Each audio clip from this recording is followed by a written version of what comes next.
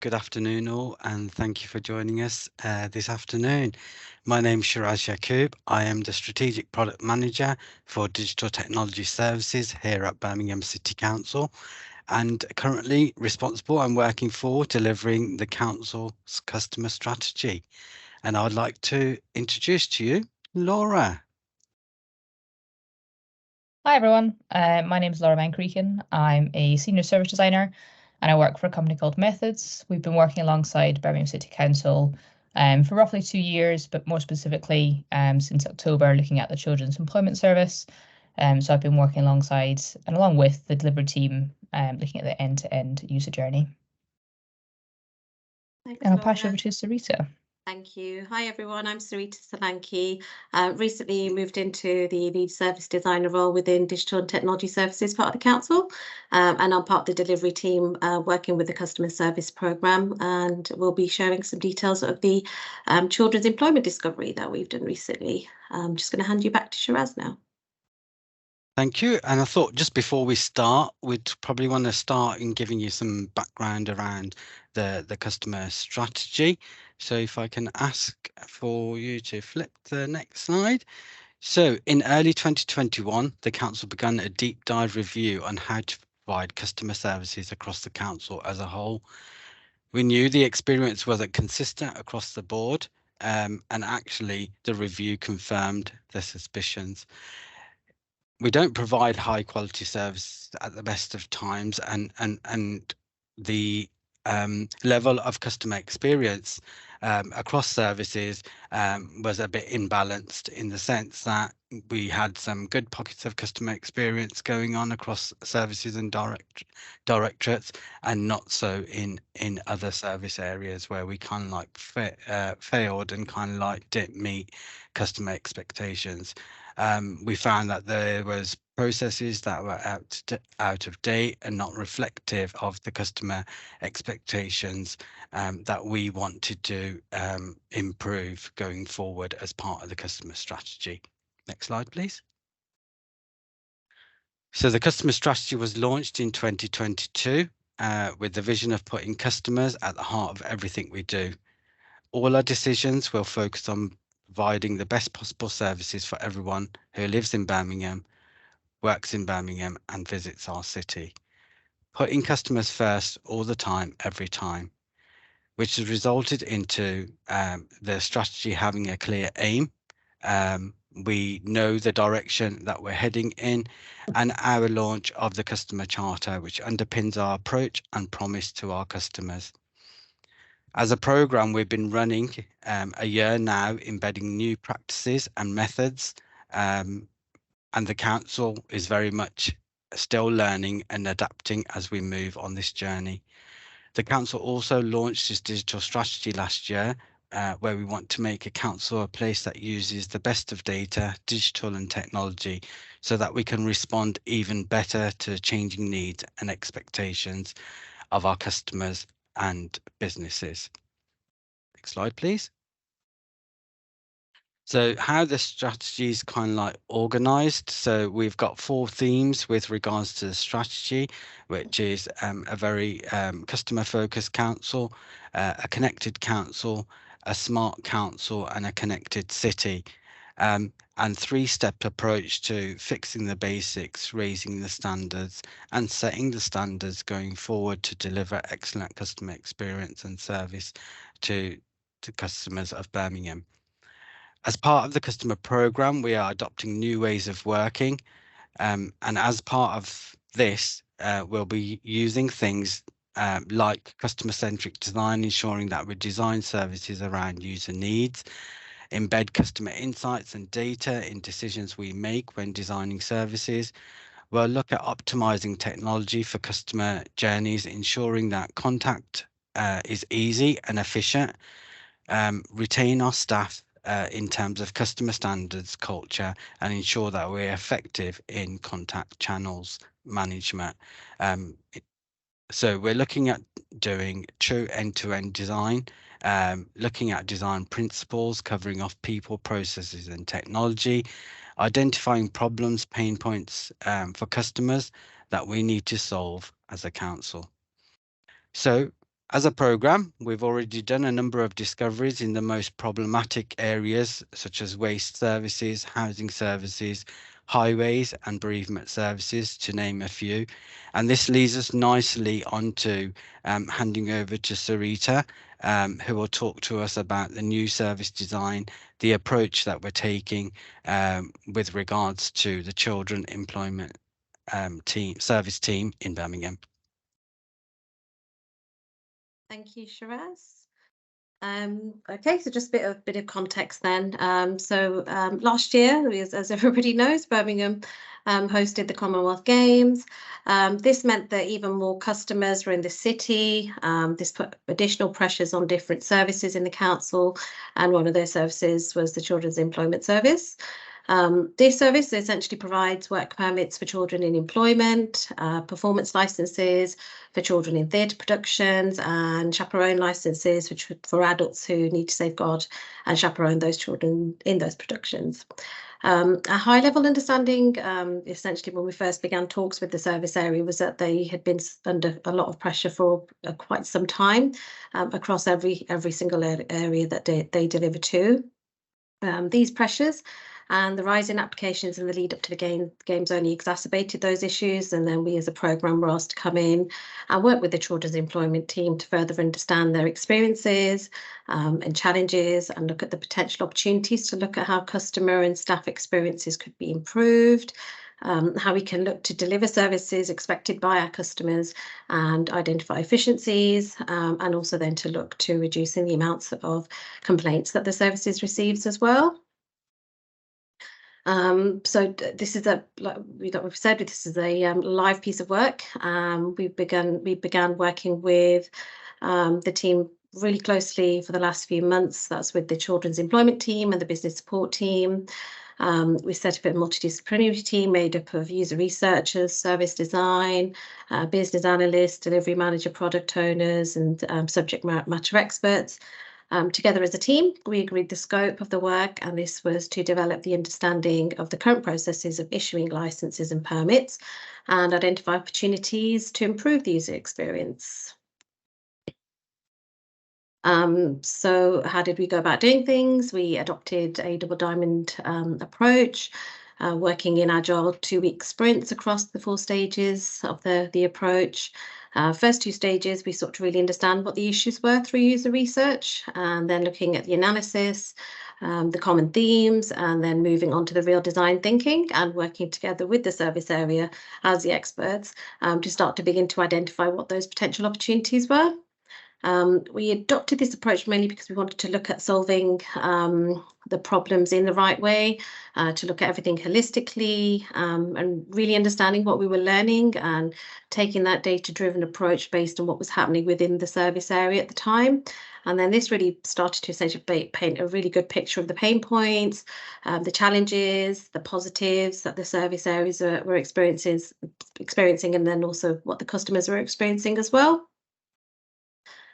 In terms of the user research, we kicked off with the UR to really understand the current user experiences, talking to customers, organisations that use the service, and also understand staff experiences in terms of how they work, how customers interact with the council, pain points that they experience, the positives. And we really wanted to understand the experience as a whole, so looking at what their initial needs were as they come into the service, and then high-level stages, and then looking at the journey and how their needs develop over time across their user journey as well. So we developed a sampling mix and tried to contact and speak with as many customers across age, gender, demographics, etc., digital literacy. We managed to undertake semi-structured interviews with 19 users of the service. These included individual customers and organisations that have used the service within the last 12 months. We also conducted user research with the core staff across the teams that deal with the children's employment. We spoke to teams that have a touch point with the service area, and also customers as well, to understand their experiences. We ran a number of validation sessions in terms of the as-is journey mapping, and Laura will speak to you a little bit more about that a little bit later on. In terms of what we uncovered, the key themes through the user research, some of the key examples are around communication between the teams and the customers. We understood that was low, which could cause confusion and at times leaving customers frustrated. Process flows, things that we follow, they're not transparent. There's a lack of shared information, for example, customers not being able to get the answers to their queries in a timely manner. We don't keep our customers updated on process and what can they expect and when can they expect it, and we need to be more proactive in that. Also uncovered that some staff lacked empathy when speaking to customers, and staff also felt that they were overstretched with high volumes in work. So all in all, resulting in not very good experience for both customers and staff. So we had some really uncomfortable conversations with staff. Some may have been really outside of their comfort zones, but it's really clear that actually the teams are passionate and committed to providing opportunities for young children in the city, and they're open to challenge and making things better. So it's really good in terms of getting their support and their backing and their onboarding as part of the process that we were working towards. I'm going to now hand you over to Laura, who's going to start to talk about the current landscape and the experience. Wonderful, thank you, Sarita. So I'm going to start by talking about how we looked at the current landscape, or the as-is journey that both our users and the staff go through.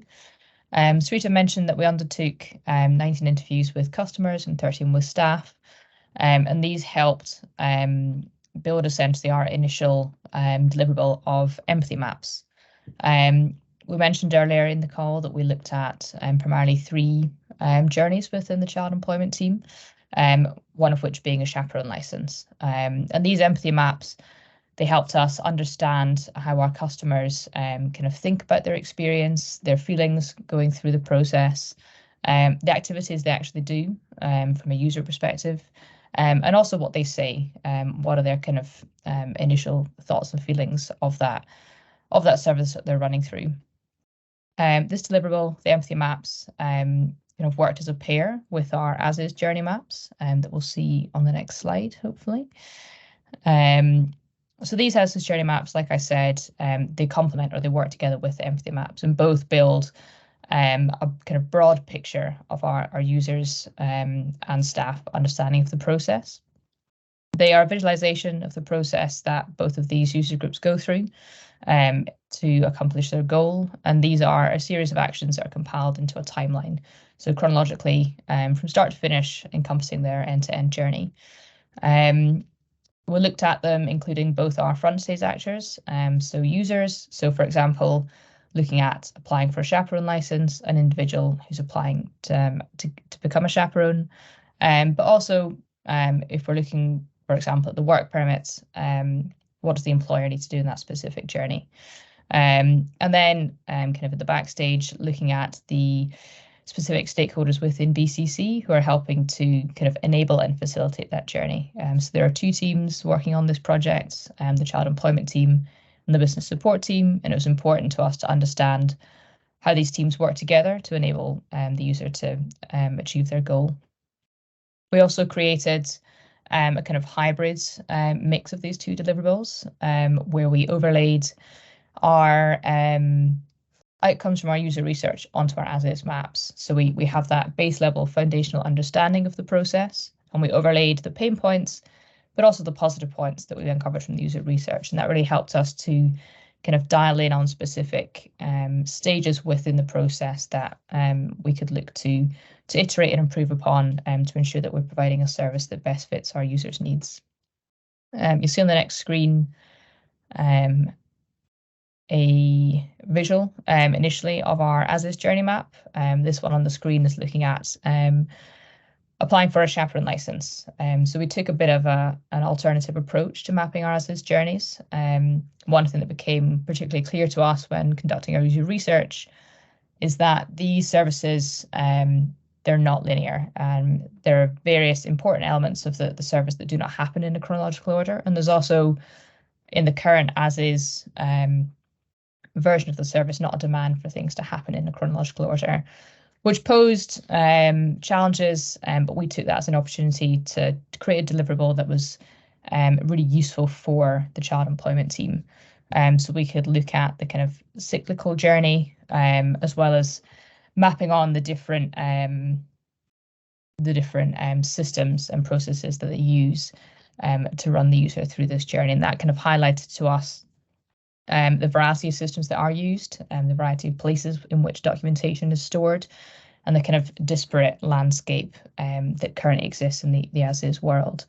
But having this foundational understanding gave us an opportunity to build upon that looking forwards. So if we move on to the next slide, and this is where we moved into a kind of ideation phase. And it was really important for us to do this with the service area and kind of take them along the journey with us, primarily because they will be facilitating and running the service, and it's important that they understand how we have kind of looked at mapping the as-is world and how we're moving through a kind of creative, iterative, collaborative process to developing a service and they can implement in the future. And it's one that they have been part of developing, not that has been created for them from an external place. So this ideation session, we were very mindful of running all of our workshops, or as many as possible, in person. And that kind of ties into some of the difficult conversations Sarita mentioned that we had initially when starting with our user research.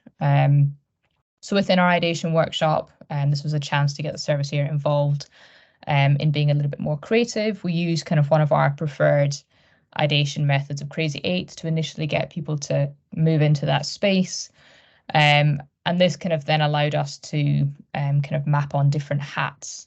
So once we've started to be creative, how might we develop this if we're thinking of it from a process perspective, or technology, or from a staff perspective, so we can build out all the different variables that we will need to consider when looking at a 2B space.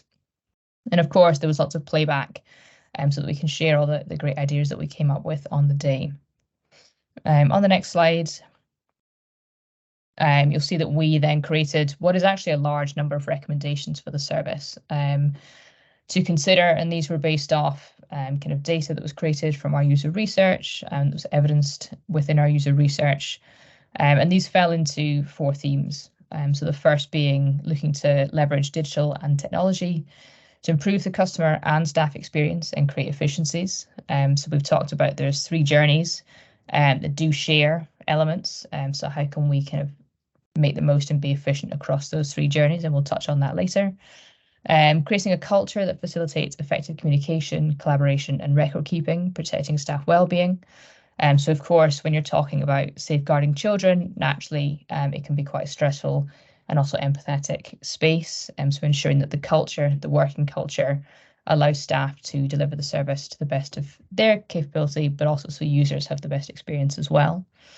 Looking to consistently fulfill our statutory duties thoroughly, and also establishing SLAs for all the work that we've done to ensure that we meet customer expectations as well.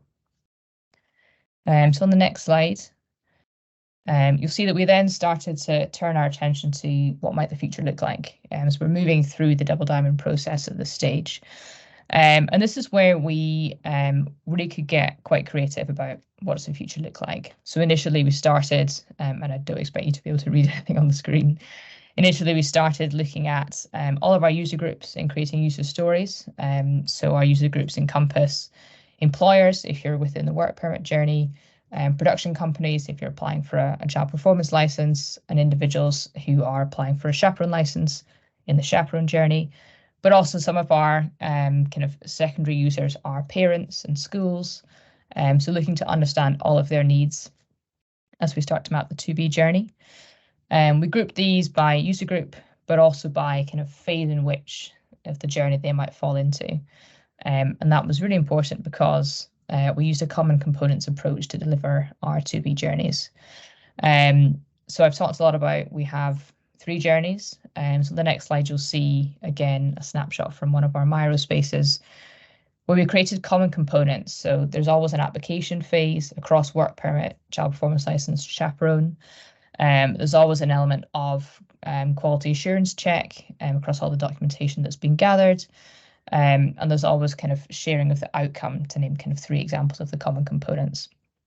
So we created this kind of foundational understanding that can be mapped across the 3 journeys, for both an online journey for individuals who feel more comfortable and have the digital literacy to complete that journey online, but also looking at what the offline process could look like for those who feel more comfortable or perhaps aren't able to conduct that journey online.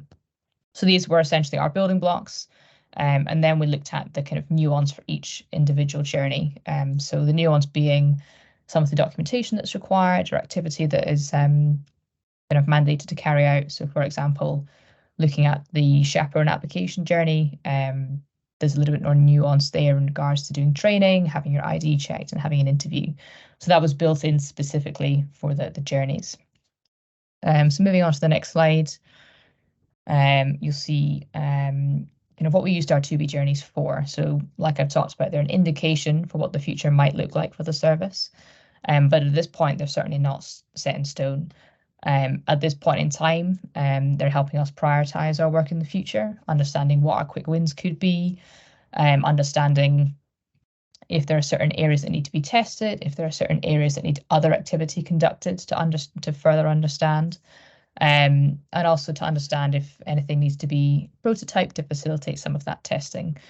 So they are there as a kind of always a working deliverable to be iterated onto as we build our understanding to kind of look to deliver a future service.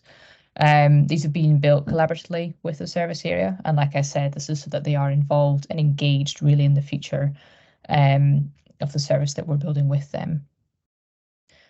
So hopefully on the next slide, if I remember correctly, you'll see a visual of this is, so we've seen the as is of the chaperone license journey map.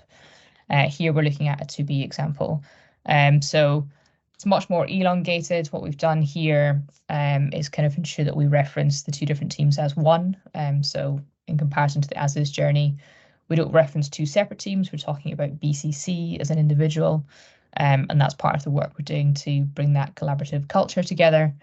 And we've also looked at how we can, as much as possible, create more of a chronological order in the service, and that helps the understanding and the kind of expectation setting for users, but it also makes it clearer from a kind of quality assurance aspect from staff, and that they understand exactly what they need to do at each step of the process. Next slide, please, Sarita. So what are we doing now? We're in a really active creative space of the project currently. So right now, we are in the midst of uncovering all of our assumptions with the service area. And it's, like I've said, really important that we do this with the service area to make the most of their subject matter expertise. We've got individuals within the BCC team that have worked on this service for, I think the longest is 20 years. So it's really important for us that they help us uncover the assumptions as well. What we're doing there is, alongside understanding the knowledge we have to support or challenge an assumption, is scoring them against impact and confidence, and that generates a risk score for us. And that is one of the activities that helps us prioritize the kind of first chunk of assumptions that we'll look at when we further iterate onto the 2B journey. Part of this, again, collaboratively with the service area, we've just run a workshop where we have just tagged all of our assumptions across, for example, culture, looking at resource, but primarily if it's a staff process or a user process, to understand the kind of user groups we need to test with or do activities with in the future. So, for example, the assumptions that we can kind of act on immediately. These are assumptions on which we can take actions. So they are actions that can increase our confidence, and we can start kind of making those changes within this phase of work, or they're actions to reduce the risk as well. What we will be doing on the next slide as well is looking at the assumptions that are kind of tagged from a more technical place.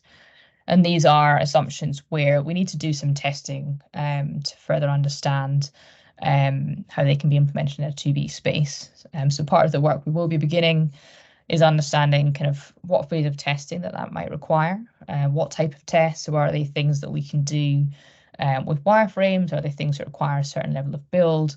And also, what user group do we need to test that with? There'll be some that are primarily staff, if they're a staff process. There will certainly be some that are both, and there are some that are exclusively users. And some of those examples are related to the kind of expectation and content when they are in the kind of first stages of their application process. And this activity will help kind of inform our thinking as we move into creating test plans. So where we're grouping some assumptions that are related around the same theme, that will have the same methodology and test phase, and they're things that we can start to test in a really kind of active and engaging next phase of the work, and that will be coming up in the next month. And at that point, I could hand back to Sarita or Shiraz, but I think on behalf of the three of us, we just want to say thank you very much. It's a really important piece of work to us. We've been working very collaboratively with the team, and I think at this point, we'd like to just hear any questions that you have for us.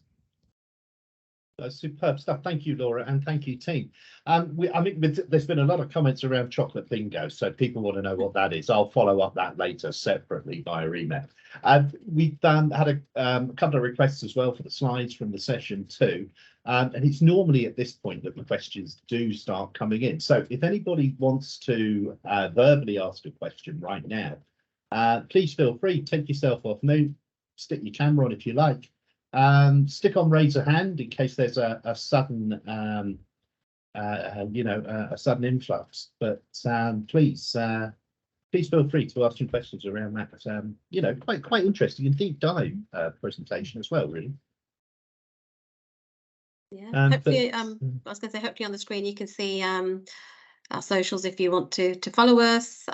We have a blog that we keep as well, so feel free to follow innovative and new practices that we're embedding into the council and the way that we work as well. So we're trying to be transparent and open and share the things that we're doing out with the rest of our fellow local gov crowd. So do follow us. And I'm going to shamelessly plug on behalf of the CIO that we're going to be doing some mass recruiting, and we've already got some really good head of roles out at the minute if anyone's interested. Contact Kat, actually Kat's on. Yeah, please do look out for that. Please do come and join us. We don't have any more questions in just yet. And it is Friday afternoon and there is chocolate bingo on later. So I'm going to hand back to you guys. I'm going to go and over to you to say your goodbyes and thank yous. Shiraz? Yeah, thank you very much for listening to us today, and hopefully we'll see you soon again. Yeah, brilliant. Thanks everybody for joining today. And to the question about the slides, yes, more than happy to get those out to the attendees today. So no problem. Someone's got their hand up. Yeah, well, we do have a hand raise. So Ellie Peng, over to you. Thanks. Sorry, that was a lot of helpful information in the session. You may have mentioned it already, but I'm just wondering, when you started initially, did you run a discovery type of workshop to come up with those assumptions, and what else did you find out? Yeah, we did. Sorry. Sorry, Laura. I'll let you start, Sarita. I'll let you start. Yeah, no, yeah, we managed this in the form of a discovery, so working with the service area, and as part of that double diamond approach in terms of that discovery phase, we did that deep dive with the service area, speaking to users of the service, so whether that was staff and customers of the service, to really start to deep dive into what their issues and their pain points and things were, and then through that piece of work, looking at the commonalities, the themes that were coming out, and then sort of into the next stages. So yes, we did take that discovery approach. Yeah, I think during the discovery approach, we kind of like wanted to lift the bonnet a bit and get as much understanding, not only from our end users, but also internally as well. So the council holds a lot of data and insight. So we were looking at the complaints data, we were looking at the themes coming out of excuse me, out of the complaints data. We looked at demand coming in across a number of channels and what the customer experience looked like across the channels.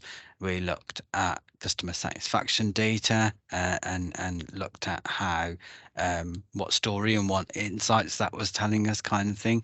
We also looked at demand in terms of, you know, what the backlogs look like for the service, how the processes were working. So we kind of like tried to build up the data, the intelligence to kind of like support, you know, the user research and give a realistic and a true picture of how the services the service has been meeting the needs of the customer and the service itself.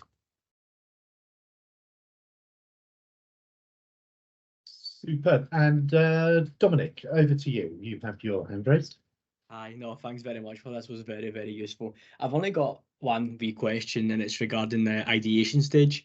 I was just wondering if your ideation sessions, so your crazy eights and your De Bono 6 thinking hats, did you execute that online or was that in person? Because I know recently online, I've been doing some sessions online, and I know it's quite challenging to get people to contribute or people to add as much value as possible. So I was just wondering, how did you guys do that? Yeah, of course. So we did the ideation session we mentioned, and we did do in person. It's something that we've noticed across the project, that the kind of level of engagement that we've got from the service area has increased as time has gone on. And I think partly that's due to the level of trust that has increased as we've been working with the service area. And kind of where possible, we've really tried to run those workshops in person. You know, it's much easier to kind of empathize and kind of build on colleagues' ideas when you're in the same space as them. Online, we've definitely tried to implement a kind of a cameras on approach to our validation sessions and creative sessions, just so that we can kind of try and build on the positive experience that we have had in our in-person workshops. And that's been something that has been really useful as we've moved into the more kind of creative and kind of more complicated empathetic stage of the to-be process. Obviously it's a luxury sometimes being able to run in-person workshops. And you know, some of the other things we've done online, we've kind of tried to run some breakout rooms, which I know we're probably all relatively au fait with now with COVID, and that allows for kind of smaller discussions with a really good split between individuals that run different and similar roles within the BCC team. So ensuring that we have a kind of we've covered the kind of broad spectrum, but across different breakout rooms, so we have that kind of balanced viewpoint. And there are a couple of things that we've kind of tried to implement when we've been unable to run in-person workshops. Cool. No, thanks very much. Thank you. Thank you, Dominic. And I think that brings us to an end. I keep raising my own hand because I pressed the wrong button. But there we go. Thanks ever so much, everybody, for joining us. Have a great weekend. Take care.